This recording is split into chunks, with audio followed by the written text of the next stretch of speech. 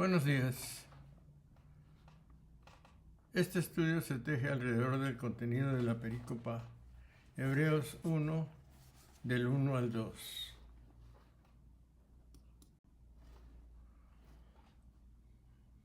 Hebreos 1, del 1 al 2. Dios, que en los tiempos antiguos habló a los padres en muchas ocasiones y de muchas maneras por los profetas, en los últimos días nos ha hablado a nosotros en su Hijo, a quien ha constituido heredero de todo y por quien también hizo las edades.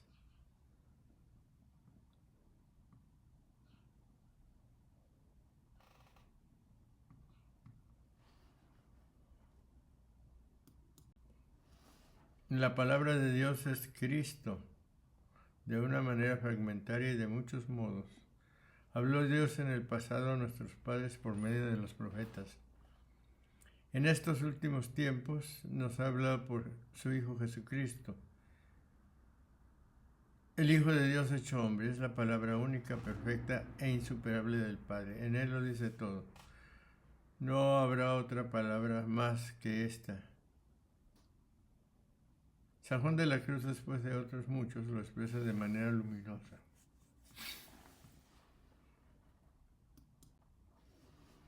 Dios no tiene otra palabra por qué en darnos como nos dio a su Hijo, que es una palabra suya que no tiene otra. Todo nos lo habló junto y de una vez en esta sola palabra, y no tiene más que hablar, porque lo que hablaba antes en partes a los profetas ya lo ha hablado en él todo, dándonos al todo que es su Hijo. Por lo cual, el que ahora quisiese preguntar a Dios o que alguna visión o revelación, no solo haría una necedad, sino agravio a Dios, no poniendo los ojos totalmente en Cristo, sin querer alguna cosa o novedad. Cristo es la última palabra de Dios al mundo. Al hablar de Dios a través de su Hijo es fundamentalmente la revelación de su designio salvador respecto a la raza humana mediante la venida de Jesús y la redención eterna alcanzada por la muerte y exaltación de éste.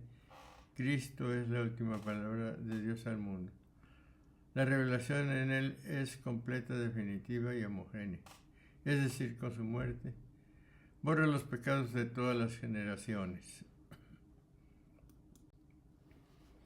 ¿Por qué una carta a los hebreos? Si bien el final de la carta muestra que fue para una colectividad determinada, su doctrina era para los judíos cristianos en general, muchos de los cuales se hallaban en peligro de perder la fe y volver al judaísmo, no solo por las persecuciones a que estaban expuestos, sino más bien por la lentitud de su progreso espiritual y la atracción que ejercía sobre ellos la magnificencia del templo y el culto de sus tradiciones.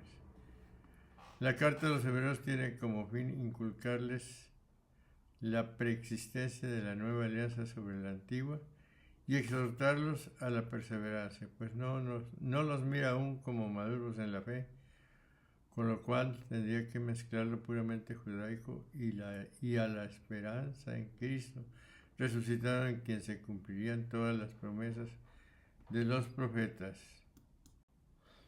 La carta está escrita en griego como los otros libros del Nuevo Testamento. Está escrita en griego. Su texto es de una gran densidad teológica y su estilo es solemne, casi litúrgico. El autor parece tener un dominio excepcional del Antiguo Testamento, que cita frecuentemente acudiendo a la versión griega de la Biblia de los 70. El autor de la carta es desconocido a pesar de todas las especulaciones sobre la autoría. Ninguna hipótesis ha podido ser confirmada tal como ha llegado hasta nosotros. La carta es anónima. En el texto no figura el nombre de su autor, ya que falta la introducción habitual en este tipo de textos, y que se identifica al autor y a los destinatarios. ¿Quién es el autor de la carta. En la actualidad hay acuerdo entre los especialistas en cuanto a que su autor no es Pablo de Tarso. Muchas ideas teológicas presentes en el epístola a los hebreos no son propias del pensamiento paulino. Por ejemplo, no aparece en las epístolas de Pablo el tema central de la epístola a los hebreos. De Cristo como sumo sacerdote tampoco se aprende el problema importantísimo para Pablo de si el cumplimiento de la ley mosaica es o no necesaria para la salvación. Sobre la verdadera identidad del autor de la epístola a los hebreos no existe ninguna certeza. Ni siquiera se puede estar seguro de si era o no judío o de si conocía el hebreo. Maneja desde luego la traducción al griego del Antiguo Testamento, la llamada Biblia de los 70, como muchos otros autores del Nuevo Testamento y no la versión original en hebreo. Entre otros candidatos a ser considerados autores de la epístola, se ha citado a Lucas, Bernabé, Clemente de Roma, Apolo. La idea que fue este último fue propuesta por Lutero y es considerada como una hipótesis verosímil por algunos autores actuales. Apolo, judío alejandrino, mencionado en los Hechos de los Apóstoles y en la primera epístola a los Corintios, había sido discípulo de Filón, con cuyo pensamiento tiene afinidades la epístola. También se sabe que en sus prédicas Apolo hacía frecuentes referencias al Antiguo Testamento. ¿Cuántos profetas hay? Primera parte. Hay profetas que escriben sus revelaciones y son los 5 profetas mayores: Isaías, Jeremías, Lamentaciones, Ezequiel y Daniel. Los 12 profetas menores: Oseas, Joel, Amós, Abdías, Jonás, Miqueas, Nahum, Habacuc, Sofonías, Ageo, Zacarías y Malaquías.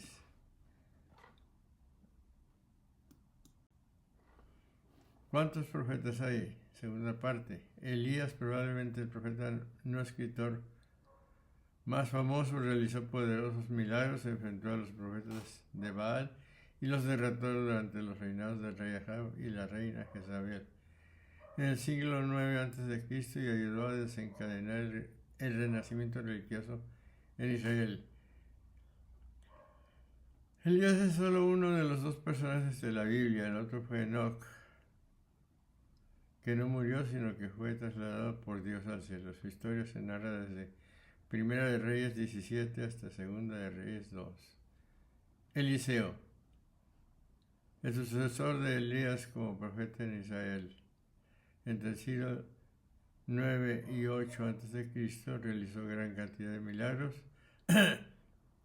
y se involucró en la política del reino de Israel. Su llamamiento se registra en la Primera de Reyes 19, del 19 al 21, y el comienzo de su ministerio como sucesor de Elías en la Segunda de Reyes, segundo capítulo.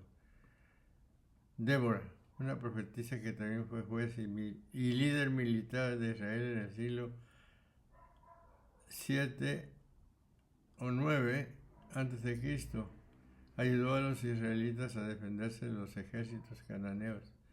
Su historia se cuenta en Jueces del 4 al 5.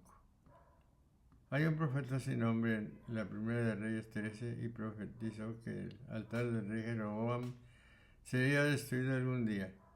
La historia de su trágica muerte sirve de advertencia contra la desobediencia a Dios.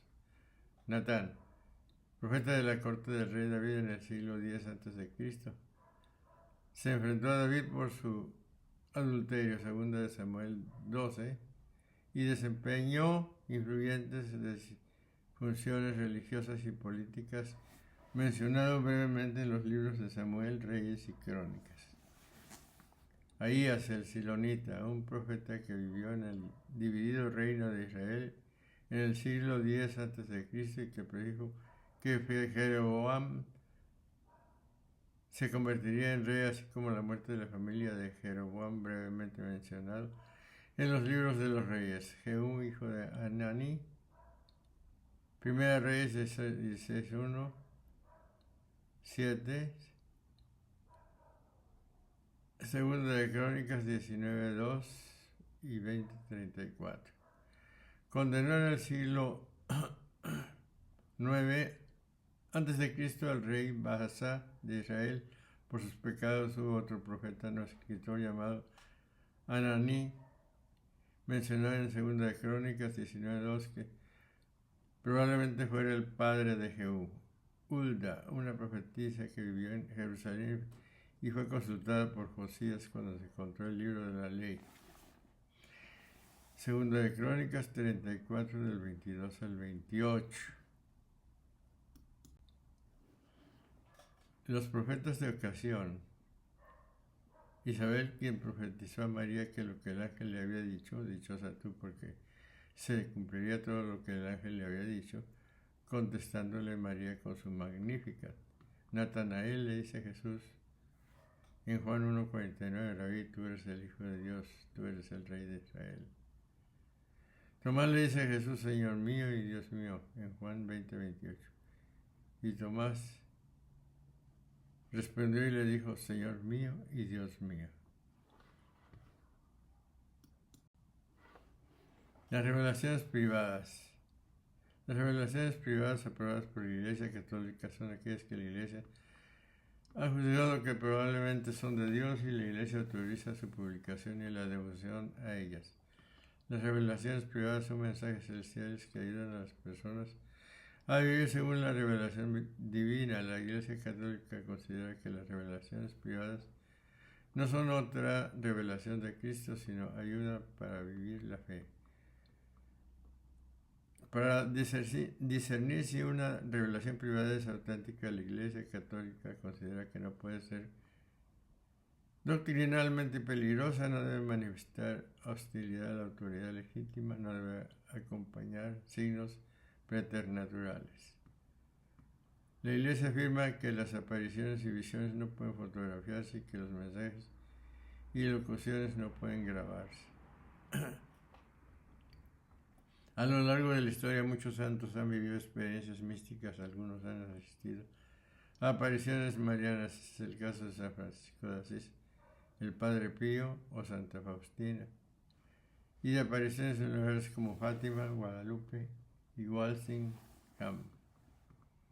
En ellas los santos han tenido iluminaciones y visiones, o la Virgen María les ha explicado algún elemento de la vida cristiana. En definitiva, aunque las experiencias místicas aprobadas y las apariciones marianas tienen lugar especial en la Iglesia, el católico no está obligado a aceptarlas.